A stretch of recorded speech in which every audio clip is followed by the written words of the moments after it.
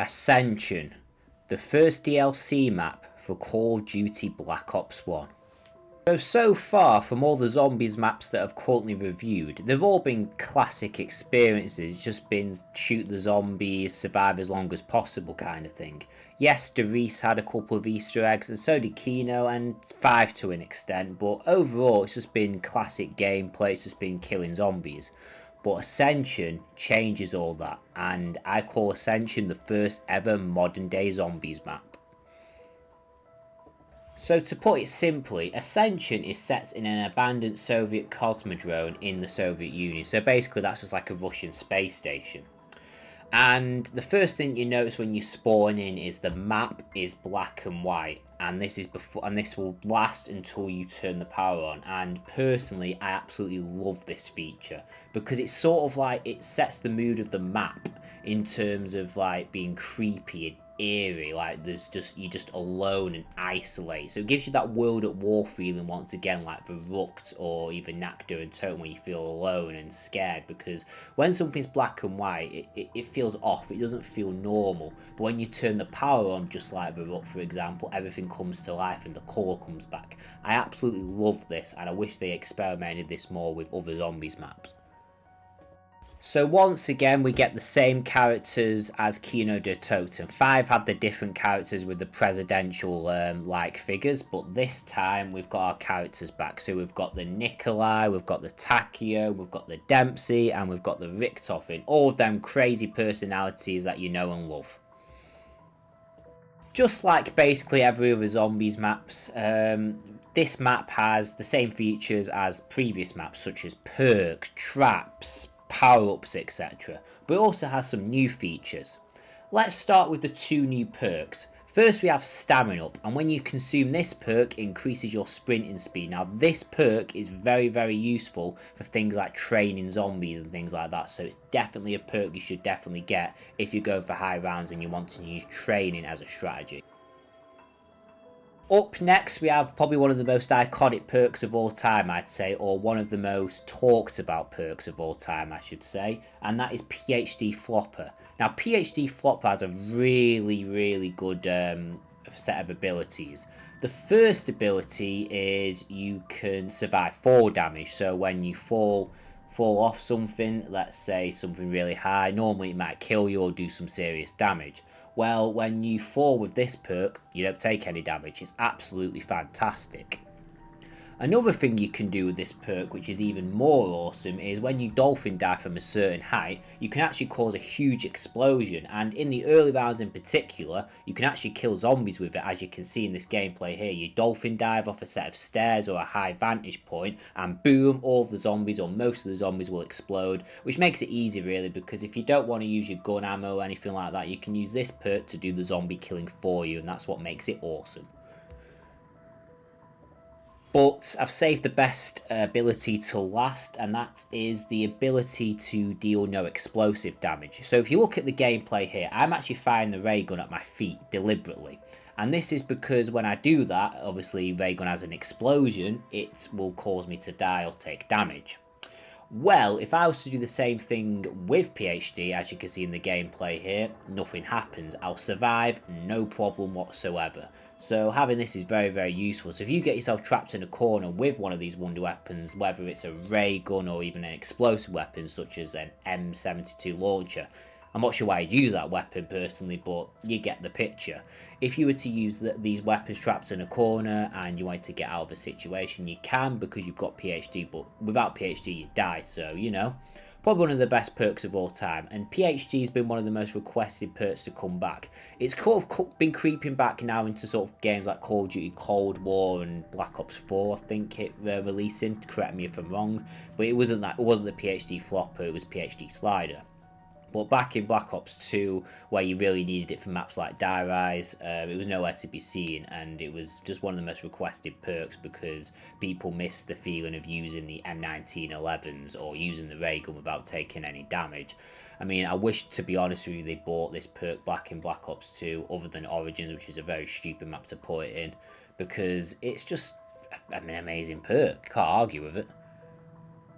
Up next for another feature is the monkey round. So this is sort of to replace the dog rounds, where once you kill them all, you essentially basically get max ammo. But monkeys come with a bit of a twist. I find these to be probably the least liked zombie bosses of all time, or one of them anyway. I personally don't enjoy them very much. And this is because they don't really attack the player.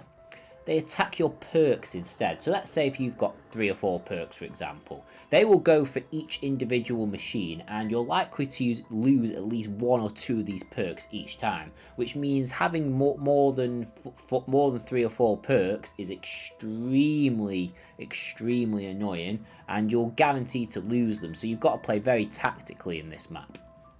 For example, if the perk you definitely need to protect is quick revive, because if you lose your quick revive from the monkeys, just because you've lost them to the monkeys doesn't mean it doesn't count as one of the uses. So for example, when you use quick revive and solo 3 or more times, it disappears.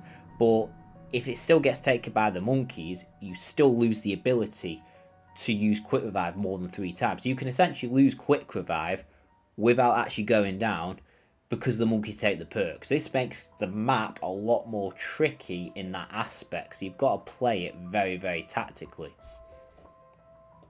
However, monkeys are also very useful, because if you manage to kill all of the monkeys in the monkey round without them taking any of your perks, then you actually get awarded a perk power up as well as a max ammo. This perk power up will award you a random perk in the map, so you might get stamina up, PhD, quick revive, etc. It all depends really. So that is one aspect of it, but overall they are extremely frustrating to deal with, and this is very unlikely to happen. You might get away with it when you have 1 or 2 perks, but when you have 3 or 4, you're probably not going to achieve this power up unless you're a genius, because I've never managed to do it, and I'm sure many other people haven't. Anyway, moving on from the monkeys, let's talk about the Pack-a-Punch quest. So the Pack-a-Punch quest is actually really cool. It's probably one of the coolest ones in Zombies history, because once you complete this Pack-a-Punch quest, which involves us going up to 3 lander pads and launching them, and it's nothing crazy. It's like the teleporter thing in Dorit, for example, except with lander pads. It's not that exciting. But once you do it, you get an epic scene where the rocket in the map gets launched into the air, and this is such an incredible thing to watch. When I first did this when I was 10 years old, my mind was blown. I was thinking, I get to launch a rocket into space, and then once you enter that room you get access to Pack-a-Punch, and I think truly that is one of the most awesome features in Ascension. So remember when I said that Ascension is the first true modern zombies map? Well, the reason for that is because this map has the first true Easter egg quest. Now I know I said Dorit did, but it's a very small Easter egg. Like you shoot a teleporter, find 3 objects, and you're done within 2 minutes max. Ascension's Easter egg is a bit more complex. There's several steps and a lot of team coordination involved. And this Easter egg quest involves you helping someone called Gersh escape basically, and it's a very simple Easter egg. It's not very hard to do, but you do need 4 players, hence why I don't have gameplay, because no one was willing to play the map with me, and getting 4 players is an absolute nightmare in Call of Duty Zombies, especially in 2024. So the Easter egg is limited in that aspect, but overall this is really cool, and it set up the amazing and epic Easter eggs that we have in like Black Ops 3 and Black Ops 4, where they get a lot more complex and in depth. So this was like the teaser for what's to come in Zombies. So now that we've covered Easter eggs and stuff, let's talk about the wonder weapons of this map. Interestingly, in terms of guns, the wonder weapons remain the same from Kino de Toten, so the ray gun's back for example, as well as the thunder gun. But instead of going for the weapon side, they went for the tactical grenades, which I think is very interesting. The first tactical grenade that was introduced was the Matryoshka dolls, and these Matryoshka dolls are pretty cool actually. So Matryoshka dolls are known for having multiple layers, and they get smaller each time you pick one off, etc. But with the Matryoshka in this case, you throw them and then they actually split into multiple little parts and they cause multiple explosions. It's actually really, really cool. They're very powerful as well, but they're not as powerful as the second grenade I'm going to talk about, which is the Gersh devices. These grenades are so cool. When you throw these down, the zombies get sucked into the void or whatever that is, and they get sucked out of the map, and it's absolutely fantastic. And it will suck zombies from miles away, as you can see in the gameplay here. Also, if you jump into one of the teleporters or one of the voids or whatever you want to call it, you actually get teleported to another part of the map. So if you want to escape a really tricky situation, you can by jumping into one of these portals. Beware though, the teleportation is quite random, so you will actually know for sure where you're going to go. But overall, these grenades are very, very powerful and they will definitely help you in the higher rounds. A couple of small points about Ascension before we finish this video. So Ascension, personally, I actually find it quite repetitive and boring and a very, very easy map.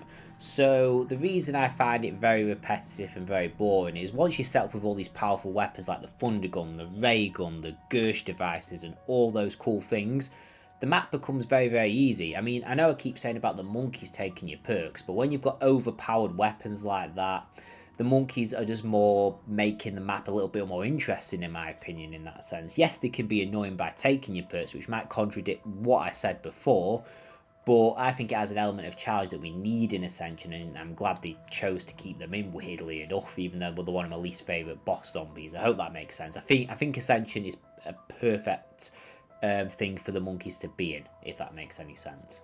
Anyway, but in terms of accessibility, with the map being easy, it's great for new players. It's a bit like Kino 2.0. It's a much bigger map. There's a lot more to do. And I think if you play this map, if you've not played it before, you should definitely give it a chance, because it's definitely one of the more, beginner-friendly maps, especially if you're new to zombies. Anyway, guys, that is actually it for today's video. Don't forget to like, comment, and subscribe, and I look forward to seeing you guys on the next zombie map review, which will be Call of the Dead. Peace out.